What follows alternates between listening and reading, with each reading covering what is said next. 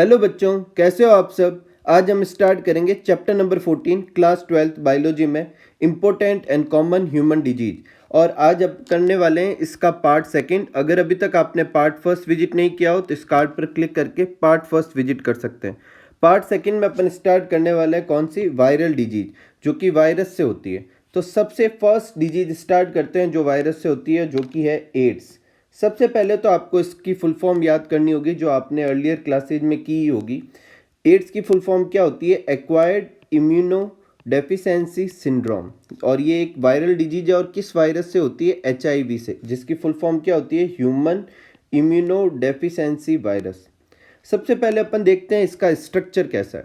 तो देखो, किसी भी अगर वायरस का अपन स्ट्रक्चर देखेंगे तो उस वायरस के स्ट्रक्चर में दो चीज़ें होती है। एक उसका जेनेटिक मटेरियल होगा और साथ ही में उस जेनेटिक मटेरियल को कवर किए हुए प्रोटीन की एक कवरिंग होती है, जिसको अपन क्या बोलते हैं, कैप्सिड। ठीक है। तो एड्स में भी ऐसा ही कुछ होता है। एड्स एक रेट्रोवायरस है और रेट्रोवायरस मतलब इसका जेनेटिक मटेरियल जो होगा वो क्या होगा, RNA होगा। ठीक है। और जबकि ये ह्यूमन को इन्फेक्ट करेगा और ह्यूमन में तो DNA जेनेटिक मटेरियल होता है। और यही वजह है कि ये ह्यूमन के अंदर जाने के बाद अपने RNA से क्या बनाने वाला है, DNA बनाएगा। क्या बनाएगा, DNA। और किस प्रोसेस से बनाएगा, रिवर्स ट्रांसक्रिप्शन से। और इसके लिए इसके पास रिवर्स ट्रांसक्रिप्टेज एंजाइम भी होता है। अब देखो बाकी की चीज़ें देखते हैं। पहला तो है कि AIDS is caused by a retrovirus called HIV। This virus has a single stranded RNA। इसके अंदर RNA जेनेटिक मटेरियल होता है। HIV has 2 layer of phospholipid. जो उसकी कवरिंग होती है उसमें 2 लेयर किसकी होती है, फॉस्फोलिपिड की। जो बाहर वाली कवरिंग होती है उसे कहते हैं GP41 और अंदर वाली कवरिंग जो है उसको क्या कहेंगे, GP120। और साथ ही में उसके अंदर प्रोटीन की भी कवरिंग होती है। जो बाहर की प्रोटीन कवरिंग होगी उसे कहेंगे P17 और अंदर वाली को क्या कहेंगे, P21। और सबसे अंदर देखो दो आइडेंटिकल, ये जो दिख रहे हैं आपको, ये दो आइडेंटिकल क्या है, RNA सिंगल स्ट्रैंडेड, जो इसका जेनेटिक मटेरियल है।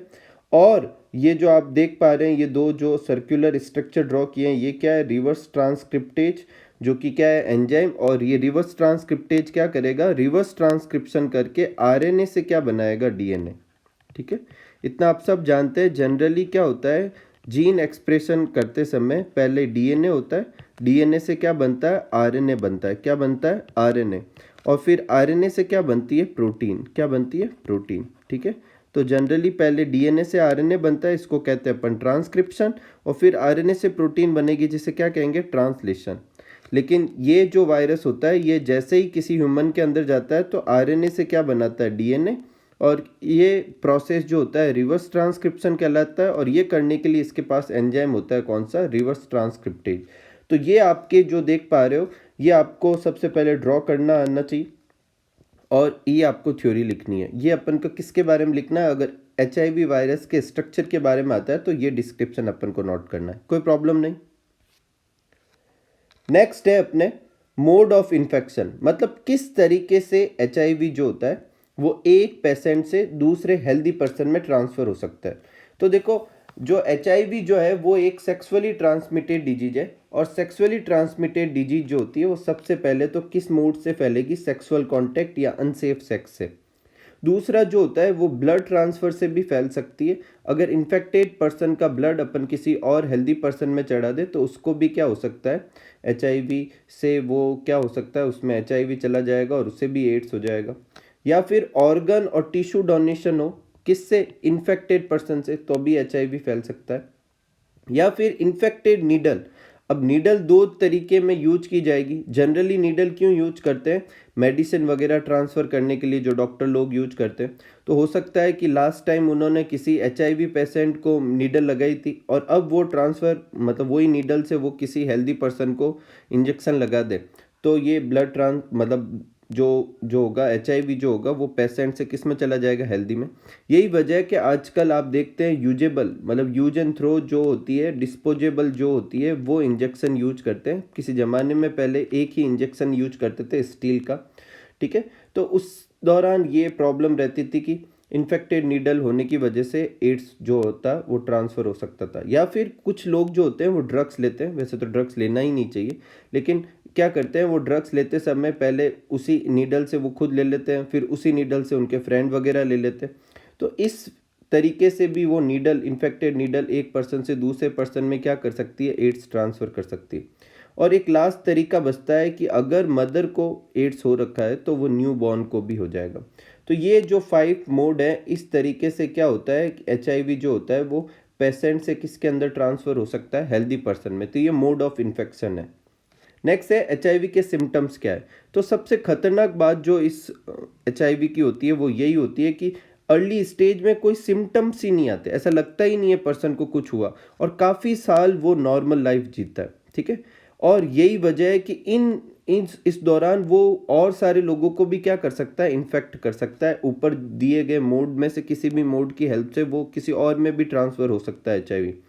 धीरे धीरे एचआईवी क्या करता है, पर्सन की इम्यूनिटी जो होती है उसको डिक्रीज करता रहता है, और फाइनली फिर जब एचआईवी एकदम फुल पावर में हो जाता है, मतलब एड्स जब पूरी तरह से हो जाता है, तब पर्सन की इम्यूनिटी इतनी कम हो जाती है कि उसे हर बीमारी जो होगी वो उसे टॉर्चर करने लगती है, और जो कि फाइनली उसकी डेथ करवा देती है।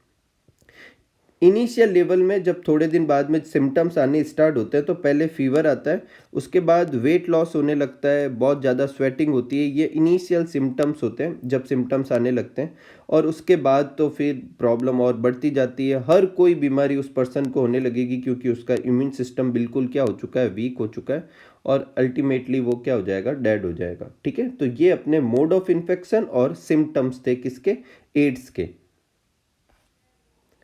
नेक्स्ट जो अपन को पढ़ना है एड्स के बारे में, वो उसका रेप्लिकेशन साइकिल। तो देखो ये एक वायरस है, और ये एचआईवी के अलावा और कोई रेट्रो वायरस होता है तो भी वो इसी तरीके से काम करेगा। सबसे पहले वो वायरस क्या करेगा, अपना जेनेटिक मटेरियल जो कि आरएनए है वो किसके अंदर ट्रांसफ़र कर देगा, होस्ट के अंदर। फिर होस्ट के अंदर वो रिवर्स ट्रांसक्रिप्टेज एंजाइम से आरएनए जो था उससे वो क्या बनाएगा, डीएनए बनाएगा। क्या बनाएगा, डीएनए।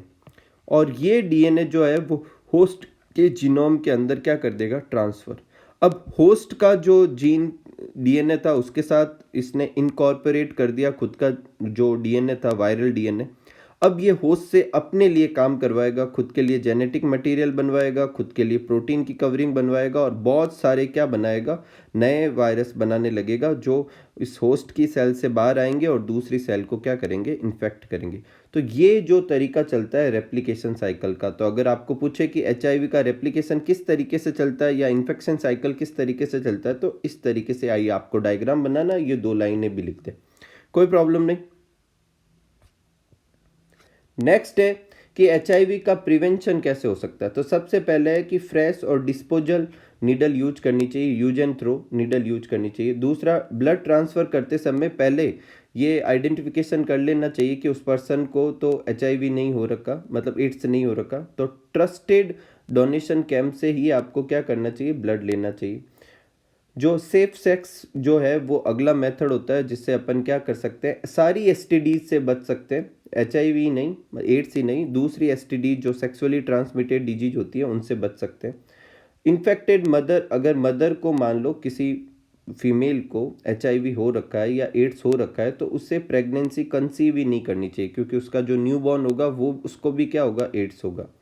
और जो ब्लेड वगैरह होती है उनको भी यूज नहीं करना चाहिए अगर इन्फेक्टेड हो। तो आपको एक बार जब आप किसी जगह पर जाएं, मतलब जैसे जो भी सलून वलून होते हैं वहाँ पर जाएं, तो जो ब्लेड होती है वो हर टाइम फ्रेश यूज करनी चाहिए। क्या पता पिछले वाले पर्सन को एड्स हो रखा हो। तो ये कुछ मेजर है जिससे अपन एचआईवी को क्या कर सकते हैं, प्रिवेंट कर सकते हैं, या एड्स को क्या कर सकते हैं, प्रिवेंट कर सकते हैं। नेक्स्ट है डायग्नोसिस, मतलब एड्स की डायग्नोसिस कैसे करते हैं। तो एड्स की डायग्नोसिस 2 टेस्ट से हो सकती है, एलिसा और वेस्टर्न ब्लॉट टेस्ट। अपन ने बायोटेक्नोलॉजी में किया था कि जो वेस्टर्न ब्लॉटिंग होती है वो प्रोटीन के आइडेंटिफिकेशन के लिए होती है, तो उससे भी अपन कर सकते हैं। ये लो कॉस्ट होती है, मोर रिलायबल मेथड होता है। पहले जो होता है सिर्फ एलिसा ही यूज किया जाता था, जिसकी फुल फॉर्म है enzyme linked immunosorbent assay. It is done by AIDS kit which has HIV antigen, और उससे पहचाना जाता है कि पर्सन को एड्स है या नहीं है। नेक्स्ट है ट्रीटमेंट। तो देखो बेसिकली वैसे तो इसका कोई ट्रीटमेंट है नहीं, लेकिन कुछ मेडिसिन दी जाती है जो वायरस का जो रेप्लिकेशन का साइकिल है उसको क्या करता है, रोकता है, ताकि वायरस और ज़्यादा नंबर में ना बढ़े और डिजीज और ज़्यादा लेथल ना हो। तो उसके लिए अपन क्या क्या यूज कर सकते हैं, AGT, DDC, D4T, ये सारी मेडिसिन यूज करते हैं जो वायरल रिवर्स ट्रांसक्रिप्शन को क्या करती है, रोकती है। और कुछ एंटीवायरल ड्रग्स भी यूज कर सकते हैं जिससे अपन कुछ मतलब रिलीफ फील होगी और अपन थोड़ी लाइफ जी सकते हैं अगर किसी पर्सन को एड्स हो रखा हो तो ये एड्स के बारे में था। एड्स के बारे में आपके एक बड़ा क्वेश्चन भी बन सकता है क्योंकि काफ़ी इन्फॉर्मेशन है आपके। बाकी सारी डिजीज के बारे में आपने देखा होगा छोटे छोटे से शॉर्ट नोट्स बने जितनी ही थ्योरी है, लेकिन एड्स के बारे में सब पूछ सकते हैं कि उसका स्ट्रक्चर, उसका replication cycle, mode of infection, prevention, diagnosis कैसे करते हैं, ट्रीटमेंट कैसे करते हैं। साथ में अभी एक और पॉइंट करेंगे कि किन किन चीज़ों से एड्स नहीं फैलता, ये भी पूछा जा सकता है, तो पहले आप ये नोट कर लीजिए। नेक्स्ट है अपने मिथ ऑफ एड्स, मतलब कुछ ऐसे लोगों ने अपने आप ही ऐसे कंसेप्ट बना लिए कि इन चीज़ों से भी एड्स फैल सकता। तो वो कौन सी चीज़ें हैं जिससे एड्स नहीं फैल सकता। तो सबसे पहले नॉर्मल सोशल कांटेक्ट से एड्स नहीं फैलता, हाथ मिलाने से, गले लगने से, साथ बैठने से, साथ उठने से, इवन खाना खाने से या किसी भी चीज़ से एड्स नहीं फैलेगा। एड्स तभी फैल सकता है जब सेक्सुअली कांटेक्ट हो, ठीक है। तो लिविंग टुगेदर, ईटिंग टुगेदर, इनसे एड्स नहीं फैलता। स्नीजिंग, जो जिस पर्सन को एड्स हो रखा है उसके चीखने, खांसने या हग करने से भी एड्स नहीं फैलता। और ना ही एड्स मॉस्किटो बाइट से भी फैलता है। कुछ लोग ऐसे सोचते हैं कि एड्स जो होता है ब्लड ट्रांसफ्यूजन से तो फैलता ही है, तो मॉस्किटो जो है इन्फेक्टेड पर्सन को काट लेगा, फिर अपन को काटेगा तो अपन में भी एड्स हो जाएंगी। ये सब मिथ है, इन मोड से एड्स नहीं फैलता। एड्स के बारे में कुछ और की point. First HIV infected person in our country जो था वो चेन्नई में मिला था 1986 में। एक वर्ल्ड एड्स डे कब मनाया जाता है, 1 दिसंबर को। आपने ये ऐसा साइन देखा होगा, ऐसे साइन करके रेड कलर में साइन होता है। और वो कब से मनाने लगे, 1988 में। एक नाको करके अपने देश में, अपनी कंट्री में जो है एक सेटअप किया गया है जिसकी फुल फॉर्म क्या है, नेशनल एड्स कंट्रोल ऑर्गेनाइजेशन। और ये कब एस्टेब्लिश किया गया, 1992 में। तो ये सारी इंफॉर्मेशन थी अपने किसके बारे में, एड्स के बारे में, ठीक है। नेक्स्ट डिजीज लेते हैं पोलियो। तो देखो पोलियो जो है आपकी बुक में और किसी जो वायरल डिजीज के कुछ नाम नहीं दे रखे, उनके कॉमन नेम ही आपको याद करने हैं। जैसे पोलियो, पोलियो वायरस की वजह से। रेबीज, वैसे रेबिडो वायरस होता है, आप रेबीज वायरस लिख सकते हैं। मम्स वायरस की वजह से, ऐसे काम चला सकते हैं।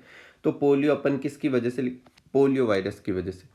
अब ये कैसे पेशेंट से हेल्दी पर्सन में ट्रांसफ़र होता है, तो ये कहाँ से होता है, कॉन्टामिनेटेड फूड और वाटर से होता है। और इसके सिम्टम्स क्या होते हैं, इनिशियल स्टेज में जो होता है पर्सन को फीवर वगैरह आता है, कफ आने लगता है, ठीक है, बोले तो खांसी वगैरह होगी, कोल्ड होगी, वॉमिट होंगे, लूज मोशन होंगे। लेकिन धीरे धीरे जो पर्सन है अपने लिम्स यूज नहीं कर पाता, बोले तो हैंड और लेग्स यूज नहीं कर पाते, और स्पेशली लेग्स। और धीरे धीरे उस पर्सन का क्या होता है, जो लेग्स होते हैं बिल्कुल ही काम करने बंद कर देते हैं। कुछ केस में उसके हाथ भी काम नहीं करते और पर्सन जो होता है एक तरह से पैरालाइज्ड हो जाता है, ठीक है। और ये जो होता है ये डिजीज क्या हो जाएगी, अपने पोलियो हो जाएगी। प्रिवेंशन क्या है, आप सब जानते हैं कि पोलियो को क्या लगता है, वैक्सीन। पहले इंजेक्शन से वैक्सीन लगता था, बाद में ओरल वैक्सीन आ गए। और अब ये जो डिजीज है वो अपनी कंट्री से टोटली इरिडिकेट हो चुकी है, पूरी तरह से गायब हो चुकी है, क्योंकि इतने बड़े लेवल पे वैक्सीनेशन हुआ था, ठीक है। नेक्स्ट है रेबीज। रेबीज जो है वो किस वायरस से होता है, रेबीज या रेबिडो वायरस से। और आप इसका मोड ऑफ इन्फेक्शन जानते ही हैं कि जनरली अपन सब जानते हैं कि कुत्ते के काटने से ही होता है, लेकिन ऐसा नहीं है। किसी भी जानवर के काटने से ही हो सकता है, जो भी एनिमल बाइट है, जैसे कि dog, cat, wolf, fox, monkey. लेकिन जनरली अपन अब सब जानते हैं कि इन सब में से किसके चांसेज है, डॉग के ही काटने के। अगर उस डॉग को भी इन्फेक्शन हो रखा है तो उसके काटने से आपको क्या होगा, रेबीज। हर डॉग के काटने से नहीं होता, ठीक है। सिम्टम्स क्या होंगे, जिस जगह पर काटा है वहाँ पे इन्फ्लामेशन होने लगता है, दर्द होने लगता है। और अगर कुछ दिनों बाद में देखेंगे तो उस पर्सन के मुंह से फॉर्म जैसा सब्सटेंस निकलने लगेगा। पर्सन को जो है वो हमेशा ही वाटर से क्या लगेगा, एक डर सा रहेगा। यहाँ फीवर ऑफ वाटर की जगह आप फियर ऑफ वाटर कर देना। क्या था, फियर ऑफ वाटर। हाइड्रोफोबिया होगा, ये इसका प्राइमरी करेक्टरिस्टिक्स होता है इस डिजीज का। और उसे पैनिक अटैक भी आते हैं, और वाटर देख के भी अटैक आते हैं, पैनिक अटैक, जिससे वो मर भी सकता है, ठीक है। प्रिवेंशन क्या होना चाहिए, देखो इनिशियल में पहले तो क्या लगते थे, जो पुराने जो इंजेक्शन थे, मतलब लगते थे किसी पर्सन को अगर कुत्ता काट गया है तो उसके बाद उसके एब्डोमेन एरिया में 14 इंजेक्शन लगाए जाते थे। जो बहुत ही पेनफुल होते थे। अभी रिसेंटली नए तरह के वैक्सीन आने लगे हैं, नए तरह के इंजेक्शन आने लगे हैं जो सिर्फ 3 बार लगाया जाता है और वो भी हाथ में। ठीक है, नेक्स्ट अपनी डिजीज है मम्प्स। मम्प्स जो होता है वो किस वायरस से होगा? मम्प्स वायरस से। ड्रॉपलेट इन्फेक्शन होता है, पर्सन के डायरेक्ट कांटेक्ट में आने से भी ये जो है, ये डिजीज जो है वो पेशेंट से हेल्दी पर्सन में जा सकती है। अब सिम्टम्स क्या होते हैं? पर्सन को cold, fever, loss of appetite होता है, जो जो अपना सिर है उसमें दर्द होने लगता है, थ्रोट में प्रॉब्लम होने लगती है, ईयर के आसपास रीजन में स्वेलिंग सी आ जाती है, चिक के आसपास रीजन में भी स्वेलिंग आ जाती है। और स्पेशली ये ऐसा इसलिए होता है क्योंकि इस डिजीज में जो अपनी सेलेवरी ग्लैंड होती है, 3 तरह की सेलेवरी ग्लैंड होती है, 3 पेयर ऑफ सेलेवरी ग्लैंड होती है अपनी बॉडी में।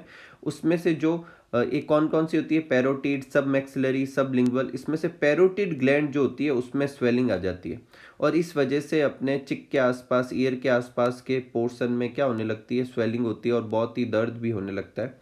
और क्योंकि पैरोटिड ग्लैंड में प्रॉब्लम होती है इसलिए एपिडेमिक पैरोटिट्स भी इस डिजीज को कहते हैं। इस नाम से भी आपको पूछा जा सकता है ये कौन सी डिजीज होती है? मम्प्स को ही कहते हैं।